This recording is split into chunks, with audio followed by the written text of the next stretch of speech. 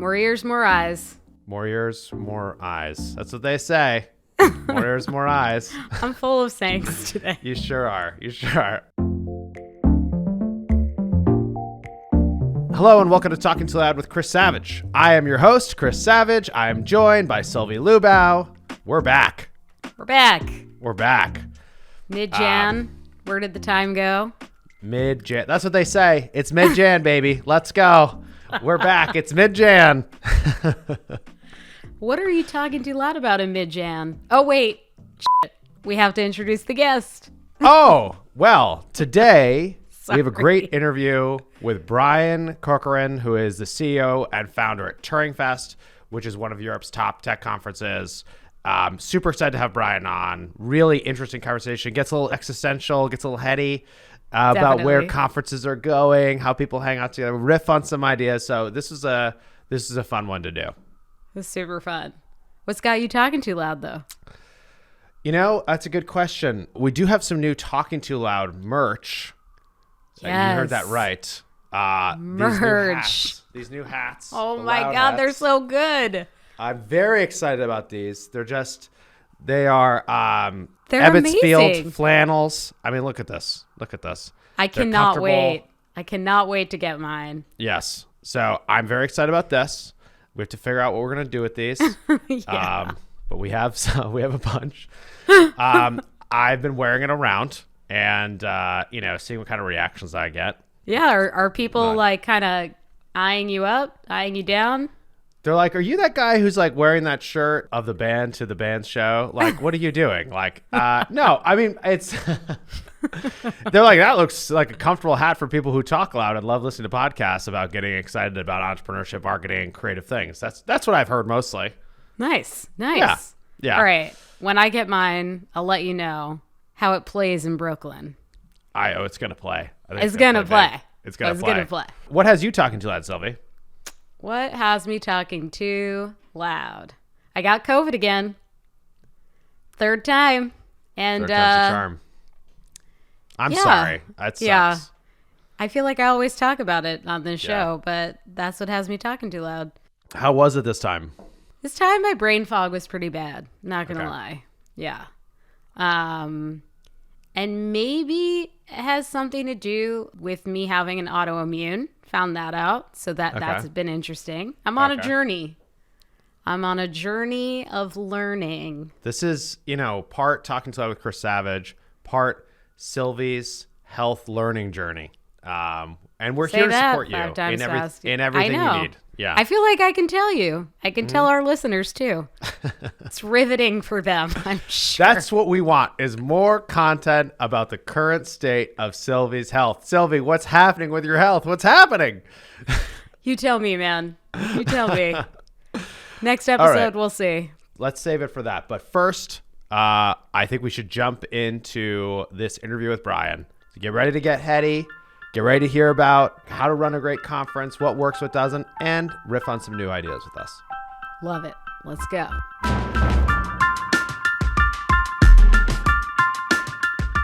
Brian, thank you for coming on the show. Good to see you again. You too. Good to be here. So Sylvie, Brian and I were having a meeting the other day on Tuesday. Brian obviously runs Turing Fest, which we'll talk about. And I'm speaking this year, which is exciting, in June. Oh, surprise. I didn't know that. Yes. Got And it.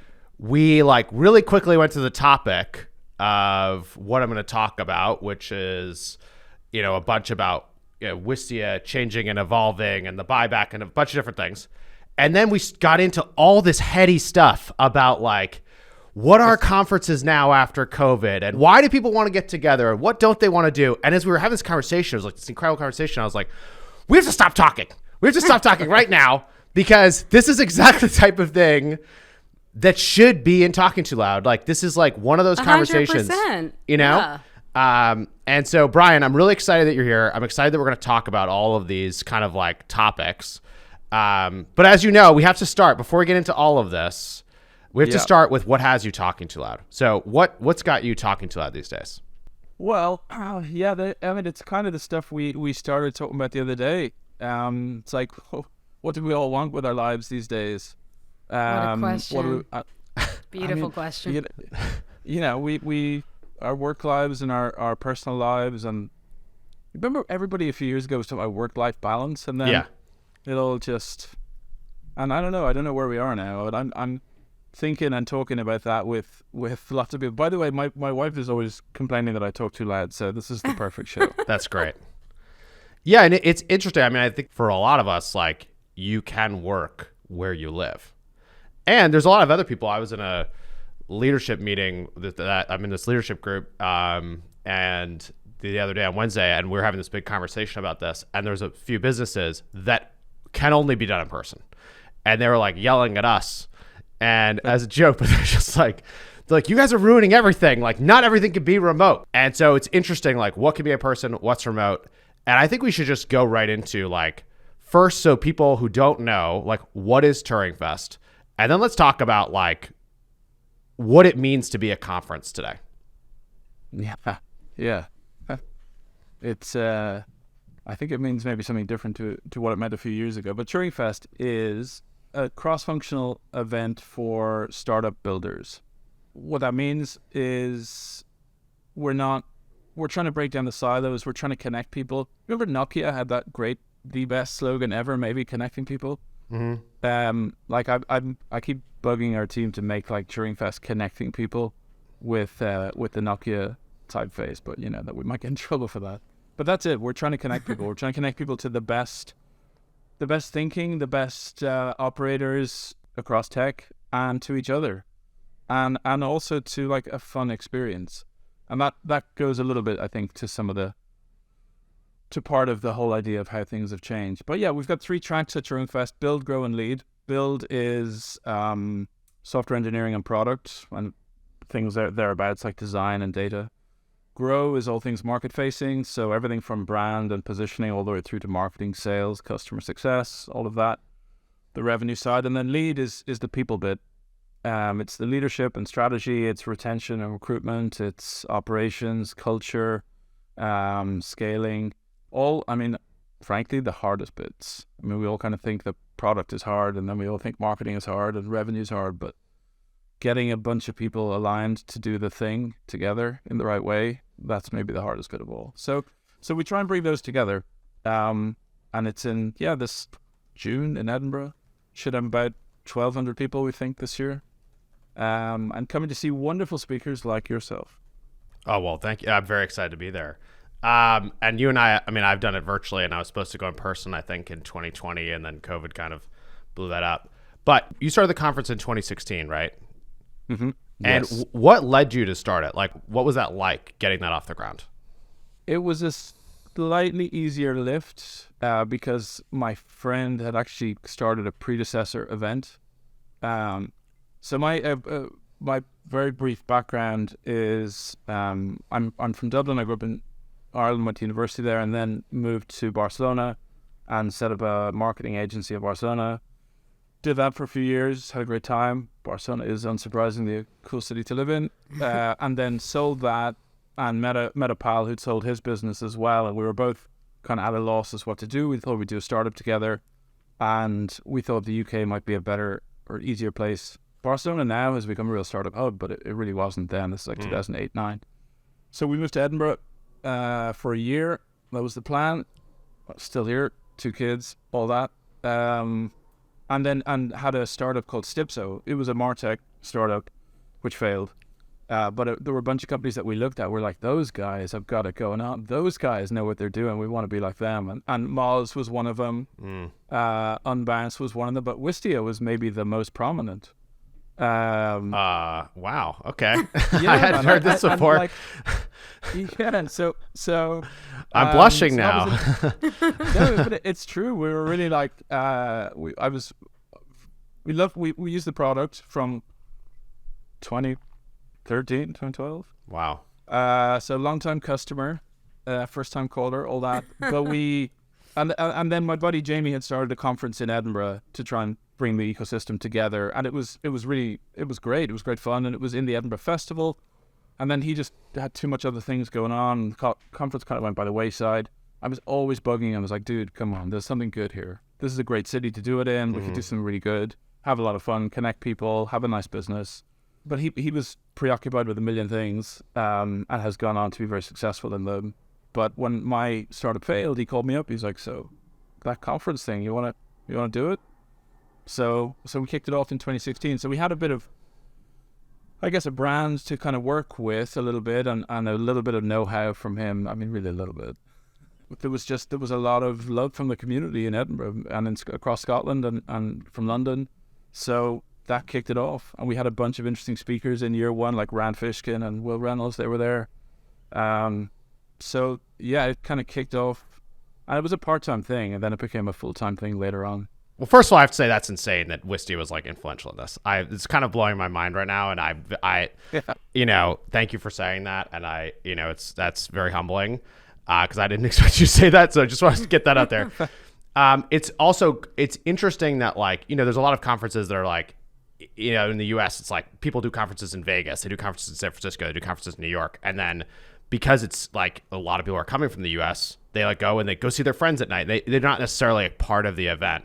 And I've heard about the in-person Turing Fest is that very much like the community is very strong. Like you and I saw each other in person at Business of Software in those September, October, and people were talking about, Turing Fest like is so sick. The vibe is so cool. And do you think that's part of it? Like the fact that it's like there aren't all these other tech things happening, so like it causes the community to be stronger, because it's an interesting thing for me. Yeah, I do think it's a big thing. I mean, there's different types of conferences, and we've even started worrying about the word conference. Is that the wrong kind of word versus event versus experience? We'll start getting into experience. You're maybe going too far into a whole other realm, but we should go into that too. Like answer the question, but I know that's like a very interesting question. What is this now? Yeah. We're all getting more existential in our thinking, perhaps. But like, there's a lot of money in conferences at scale. It can be a really good business. It can be, you can make a lot of money in it. The companies that are in it, some of them are massive stock market listed companies. The companies that buy them are very often PE that just want to keep the cash cow going. And those kind of conferences are not necessarily to be found in cities like Edinburgh. They're much more likely to be in Vegas or maybe London, or big cities. And to my mind, the sort of thing we're doing, which is much more a community focused thing, it's got to be in what might describe as a secondary city, where it needs to be a city that people want to visit, but it also needs to be a place where there aren't a million other things going on, and that the focus is kept up. I mean, the thing that makes all these cool events work is that everybody stays overnight. Yeah, that's the secret. I think. Once you've got people in where they're all prepared to go out together afterwards, they're good. And it doesn't, maybe used to evolve a lot more around alcohol, and it probably does less so now. But, go for dinner together, go for coffees, just hanging out, or just like seeing, like in Edinburgh, it's like there's literally a massive castle right there. Well, you said something to me the other day, like, so like, why do people go to conferences versus how do they get value? How do you think about that? Yeah.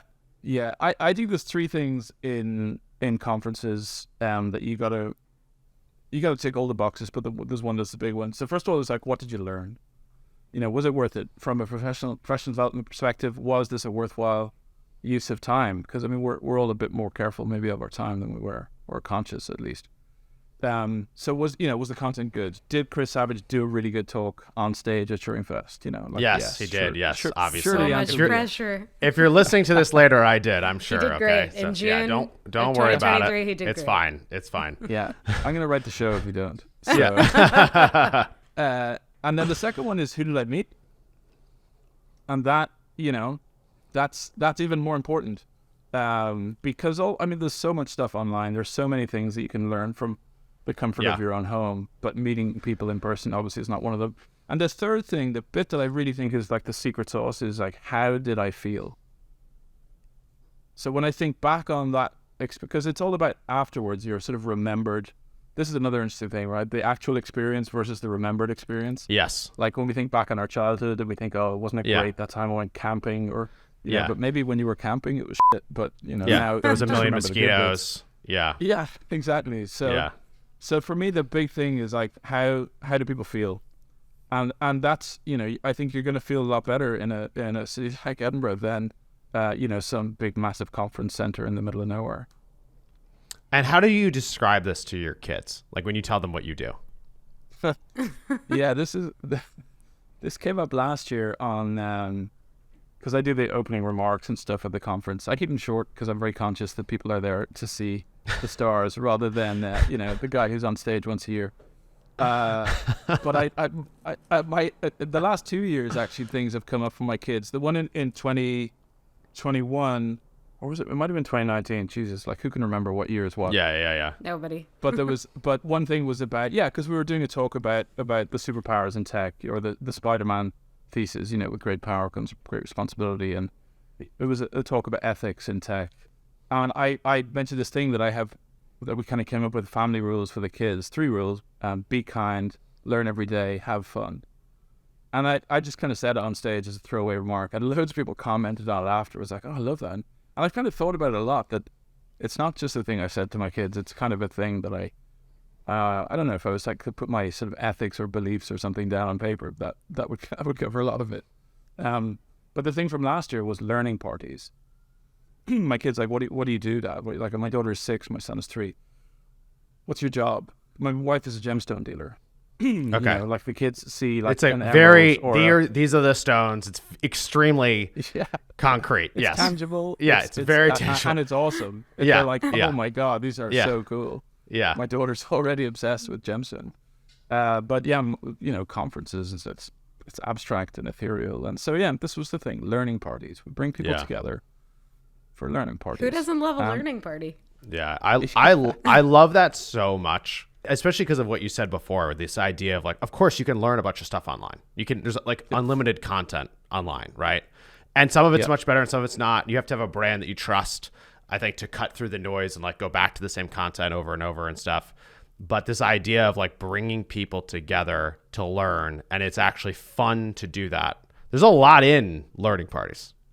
Yeah, there is. And I mean, it maybe has different connotations for different people depending on how they feel about, their school or how that experience was for them. But for me, I mean, something I've seen at other events and we're trying to bring into our own is it's much less like, okay, keynote, just all of that. And it's much more about those, taking the moments in between what sometimes gets referred to as the hallway track, engineering serendipity, and just giving people reasons to connect with each other and icebreakers as well. There's a lot of things that happen at events where people want to talk to each other, but some people find that super easy and some people find it very difficult, and you got to create the right environment to kind of help that happen.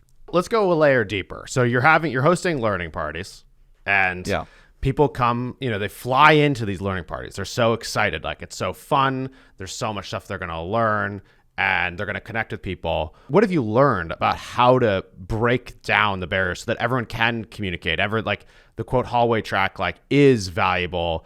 People keep coming back, because even the other day you're telling me like, all right, we're going to do your talk and then no Q&A.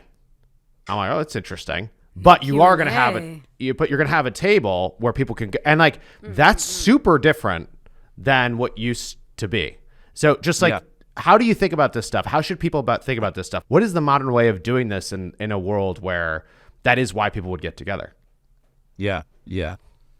And Q&A is an interesting one because, if you're watching a YouTube video of whatever, Q&A is obviously not a component of it, or at least not for you if you watch a recording.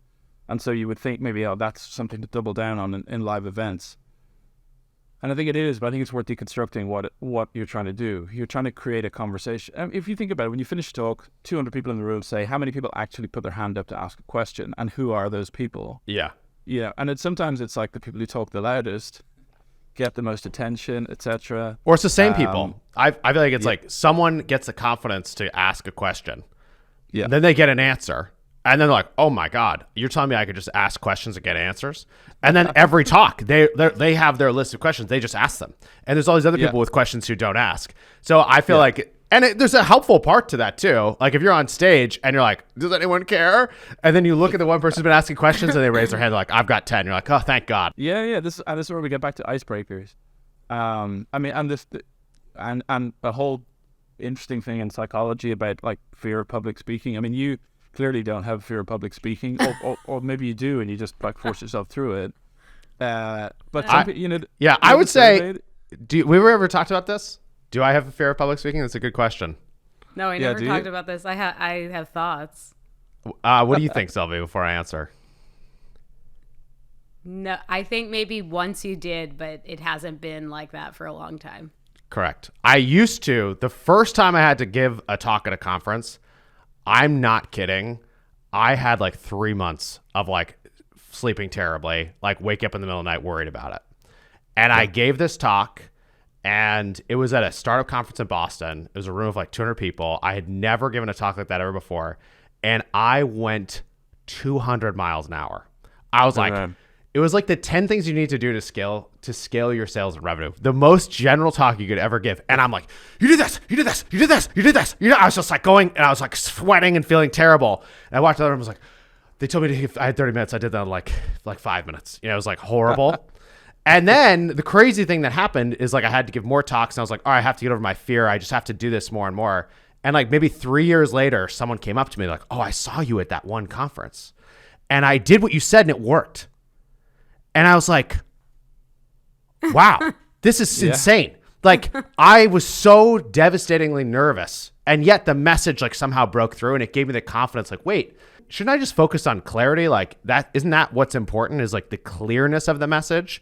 And maybe not everyone's going to do it, but like, but yes, it is interesting. I'm sorry I'm going on this tangent, but I say it because people all the time will tell me like, oh, I bet you love public speaking, and obviously I'm boisterous and have a podcast and I won't shut up and blah, blah, blah, blah, blah. But even for me, like that's where it started, was like actually a fear of getting up there. So yeah, of all the Turing Fest, like we've had, I don't know, 250, 270 speakers at Turing Fest over the years. And the one who you might describe as the most kind of theatrical when they're on stage, well, there's a few contenders for that, but one of them is Ollie, Ollie Gardner? Oh yeah. Yeah. He's amazing. Formerly from Unbounce. Yeah. So I love Gardner him so much. Yeah. I love Ollie. He's a super guy. Scottish. People don't know that he's an adopted Canadian now, but he's from these parts. He's a super guy. Yeah. And he's a fantastic speaker. Like he's brilliant. Yeah. He's got great content, but he's just the way he delivers it, the performance. He really understands that this is a performance. And he seems so cocky and gregarious and outgoing when he's on stage. You should see him in the green room before he goes on. I'm trade secrets, but the guy's a nervous wreck before he goes on. And then when he's off stage, like for example, the Q&A stage that we used to do at Turing, he was like, no, I don't do that. So in front of 5,000 people, the bigger the better. He's delighted, but like talking to 10 people, no. And so there's loads of interesting dynamics. But to loop back to the Q&A question and what we do there, or do or don't do, the reason we stopped doing Q&A, we did it once, and we got this one guy. It's always a guy, and it's not a question, but it's like, Jesus. Oh my God, that should be a T-shirt. That should be a T-shirt. It should. And it's like, you know that bit in Wayne's World where he starts playing Stairway to Heaven and they point to the sign that you're not allowed to play Stairway to Heaven? Yeah. We should have that like at the side of the room. Like, no, it's not a question, but. But the person has the microphone and they've got everybody's attention, and of course they go on too long and all that, and it's just a disaster. So that was one of the reasons we stopped doing it. Also, I think for the speaker wants the feedback and it's terrible if the speaker goes, are there any questions, and nobody says anything, all that stuff. Which we have a pretty good audience on that front. They're pretty empathetic and they chip in. But the other bit is you've kind of crafted your talk and there's an end point, there's a dramatic finale, and you've delivered it. Yeah. Okay, let's leave it there. Let's not have just the Q&A. Let's have it, but let's have it in a different place. So we move everybody out to a different room, and in the next break we do roundtables, and we just have the speakers there. And because normally it's like in a room of a couple of hundred people, there's like 5 hands or 10 hands go up. Yeah. So those people can go along, but also the other people who would be intimidated asking a question in front of hundreds of people, they'll go along, and they'll say, and they might not even say that much, but they're kind of part of it. So there's little things like that we're trying to do to sort of change the dynamics a little bit. it's important to me that the speakers and the delegates get connected. So that's like a really interesting insight, right? Like this difference between how you should do Q&A so everyone can get involved and people who wouldn't necessarily raise their hands could go and make it more comfortable. Like, what are the other things like that you think like you've learned across your experience of doing Turing Fest that are even more important in this world that we're in now? Yeah, I think there's a big dynamic that shifted, or maybe a realization of a dynamic that was always there, that speakers, people go to conferences, or people think they're going to conferences for the speakers, but often when they get there, the thing that really makes it memorable is the relationship with each other and the conversations with each other. When we were talking the other day, I think you described it as the speakers are the marketing. There's definitely a lot of truth in that. I mean, this, at Turing Fest, for example, we don't do big sort of, big vision, blue sky, random, like just kind of high level strategic stuff. We do pretty tactical, practical, implementable things. We do things that people can take value from and implement in their businesses like the next week, potentially. But so the speakers create great value, but the bit that really, I think, makes it work at an event is when you connect with other people and you get to learn about what they're doing, and you just, you have those random conversations. Some of it's over coffee, some of it's while you're in a queue for, to get a hot dog or whatever. And so we're trying to curate a bit more of that. There was a thing that SaaStr started doing in their big event, but it's basically like an unconference within the conference where people just go, I know about, video production. I know about building sales teams. I know about no-code tools. And I want to talk about it. And if anybody wants, I'm going to be at this table for, 2 minutes, or 2:05, talking about this for 10 minutes. Come along. And people giving these like little mini chats, and it's just like, how do you point these people to each other? How do you connect them? There's loads of stuff I want to do around. I'm reading Harry Potter with my daughter at the moment, so like the houses. Mm-hmm. I don't know if you've been down this road, but like the Gryffindors and Slytherins, all that kind of stuff. Mm-hmm, There's something in there about like when you arrive at a conference, you're in a team or a house, and you don't know anyone else in it, or you know a few, but mostly you don't. And then you guys have some kind of task or some sort of points that you've got to accumulate. I don't know. You can go too far as well, but I think there's some fun to be had there. Well, I like the thinking. I like the thinking that like going back to like the learning party, it's like, well, how are you going to make the connections easier? How are you going to make it so that people are like present at the right things? Like what kind of challenges you can create? How can you make it so that people have the option? Like how involved do you want to be or not? Because one of the other things I feel like I've noticed, and I noticed this at Boss, but I've seen this at, at other conferences. There's a lot of people sitting there with their laptop open and you'll look and some of them are just like coding. They're just like working. Yeah. And it's kind of a wild thing to see. Like you're in a talk live in a room and then someone's just doing other work. But I've realized that like that for some people, that's exactly what they want because they're going to be there. They're going to be they're on top of their other stuff. They don't feel like they're like falling behind or something. And then there is that moment in a talk or there is that specific talk that just totally draws them in this incredible way. Or they're like, you see people taking insights from a talk and literally putting it directly into Slack and sharing with their team. And it's like the connection of learning is real time for one person in the room and like 20 people who aren't. For sure. And you can see as well with perhaps you do this where speakers, particularly experienced speakers, they have a slide that they know that like, this is one of the slides you should take a picture of. Yeah. And so they're told, and they leave that slide up and they just kind of take a little everybody in the room, camera, and then that slide is on Twitter or, on Instagram or on Slack or whatever straight away. And I love that idea that you're connecting people in real time in that way. I mean, in 2020, we did an online Turing Fest because, that was all we could do. So we had a bit of an experience of that. It was just interesting to see, like with online events, I don't know, like everyone all of a sudden was, online events are amazing and we're never going to go back to in person and everything's free and it's all wonderful. And, I don't know, like online, I think you can do cool stuff if it's short. Like if it's 1 hour, it's a webinar, or it's like, remember we used to call them webinars? It's just a short thing, but you can't hold people's attention for a whole day. You can't get that kind of buy-in. It's a different thing now. It's like, we launched a product in this space in October, like a Wistia Live, right? And seeing how people are using it people aren't saying like, we want to do a full day online event. Yeah, it's too much. They're basically saying like, we want like a wildly engaging webinar that's like very video first, where there's a lot of real-time questions with the speakers. Do you know, have you ever heard of a thing called Khan Academy? Yeah. Like for teaching? Of course, yeah. And it's this whole other premise that basically you do your schoolwork at home and you do your homework in class. Yeah. And it makes a lot of sense to me. I mean, at least for us, the way we try to run meetings at Wistia is like, you get most of the information in advance. Yeah. So like people send out videos in advance. They send out the like written docs in advance. You add your comments in advance, and then we try to have the meeting be, hey, where are we misaligned, or what do we need to dig deeper in on, or where should we be collaborating on? We don't always get it right, but that is the intention. I think a lot about that. Oh, it's called, people call it flipping the classroom, right? Yeah, exactly. Yes. And I mean, how long is it going to be before we see that in a conference, right? Where you buy your ticket to the conference, and then a week before or a month before, whatever, you get access to the talks. And you get a video of the talks ahead of time. And then you go to the conference and, there's the speaker on stage. Yeah. But you've already seen them speak. And the bit on stage is the discussion based around what I just got chills when you said that. I just got chills.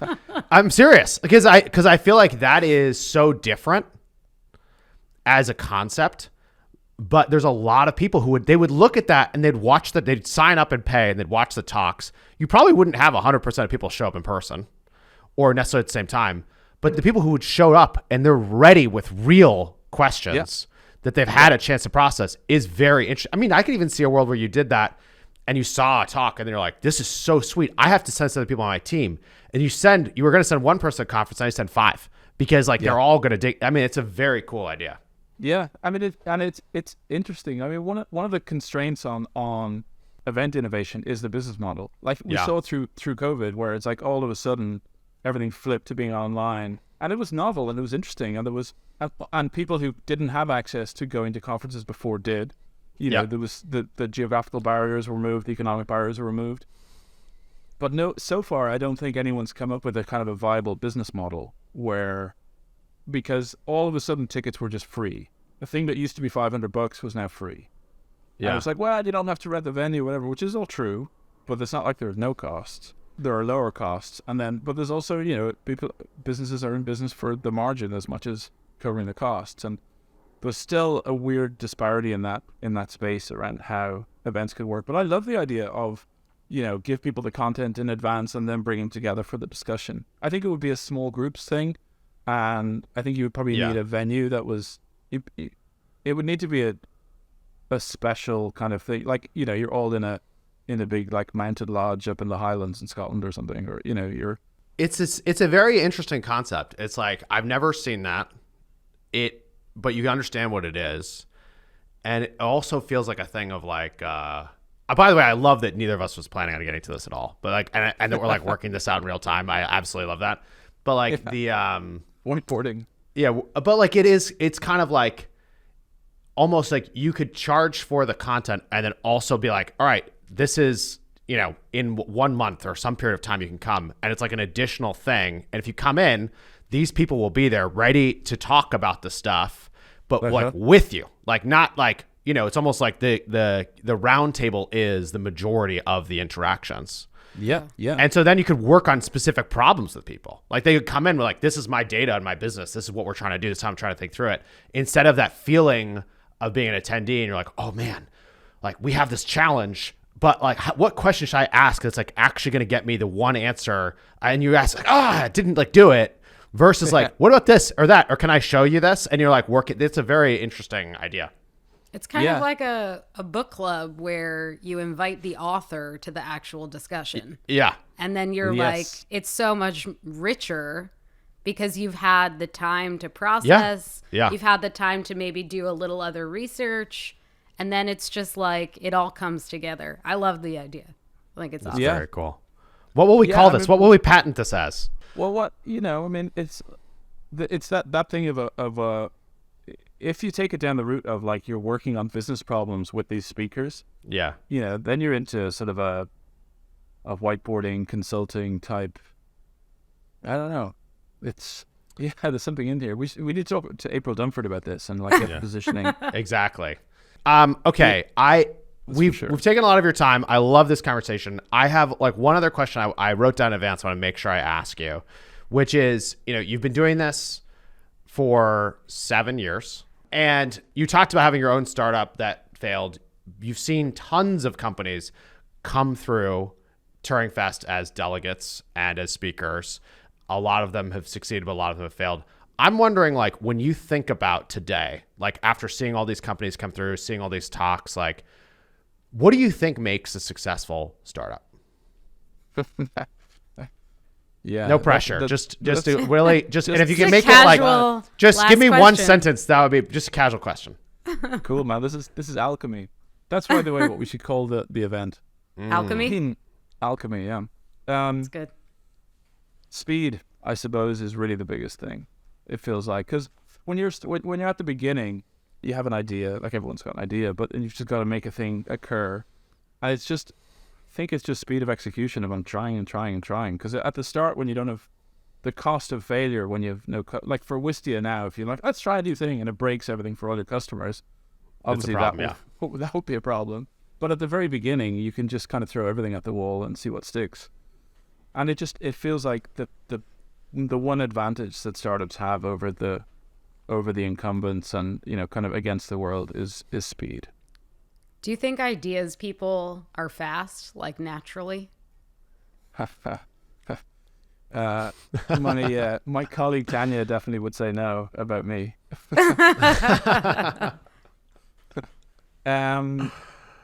Different people get their energy for ideas from different things. Like for me, I live by the beach outside of Edinburgh, and like I go walking on the beach a lot to kind of, just to disconnect, but also to think, and that's a slow process that like doesn't play well with deadlines and velocity. But the directness, I think, as well. I had lunch with a guy yesterday who's an engineer at top software company in the world. I probably won't say which, but he was just talking about bluntness. He was like, he was talking about he's thinking of moving on and joining another team, and the two people that he's thinking of working with both have high empathy and high directness. And he's like, it's perfect. That's what you need, right? Yeah. So you get that like very direct, fast communication. Everyone knows what they mean. Nobody gets offended, which is hard and harder when you get more people. He also is leaving because he wants to just work with a very small team. So that's, I don't know. It'd be interesting to hear about another day, maybe about the Wistia inflection point when you went from being, that bit where it gets so big and everyone's like, oh, it used to be better when it was just 10 or 20 people or whatever. And now it's, now you flipped over into actually being a business that makes money. And then some people are like, I don't like this part. I preferred it when it was small. Yeah. I feel like we've had a lot of those inflection points. And one of my learnings has been like, what it takes to grow and scale is different, right? At different times. And there's some people who enjoy the like pirate mode, if you want to call that, where it's just like searching and going absolutely wild. And then there's people who like really enjoy the like systems world of like just get the systems really, really good. It was funny. I was talking to someone who used to work at Wistia the other day. And they're like, I went to this new company. It's way bigger than Wistia. I assumed they would have way more process. And I was excited. And it's like, no, I've gone back in time. Like, like you guys are crazy organized. This is nuts. And I try to think about like when we were probably 5 or 6 years in is the moment we like broke through. This is like 2011, 2012. Suddenly we were shipping product quickly and it was the right product, and we were marketing product really well and it was the right marketing, and it all just kind of like started to snowball and go. And it's been a search to figure out how to build the systems and process to get us to have that feeling. And I would say I have that feeling now, and it's like really like every day I see new things go out the door. I'm so excited. But if you showed me how we do it today versus how we did it back then, I would never have believed it, because it's actually the process, the people, the communications, the goals, like all this stuff is set up basically so you end up with a small team that hopefully feels like they can tackle anything themselves. Yeah. That's I agree with that. There's a beautiful thing in the Wistia journey about self-confidence, I think. Phil Nottingham did a talk at Turing a few years ago where he showed the Wistia ads from the early days. Yeah. Man, they were terrible. They were horrific. When you guys were like being, hey, we're a serious company. Yeah. And then you were like, actually, no, we're a small company. We're figuring this out. But, we're smart. We're fast. We're fun. We're creative. And then you tapped into, and that's, I think, when your brand just flipped from being like, you were trying to be this generic thing, right? And then you were like, wait a minute. We don't want to be that. And I always learned that lesson. I mean, it's funny because we learned that lesson, and it's basically, we saw that as like, be human, be authentic. And the early stuff was terrible. And I actually hope that we look at some of the stuff we're doing now in 5 or 10 years and we think it's terrible. That would be a good sign of our progress, right? Like that should be what's happening. The early stuff is terrible for almost everyone, I think, though. Yes. And it's all, and then it becomes part of like, can you get to the good stuff if you didn't experience the mistakes early on? No. I feel now like we're back to the existentialism.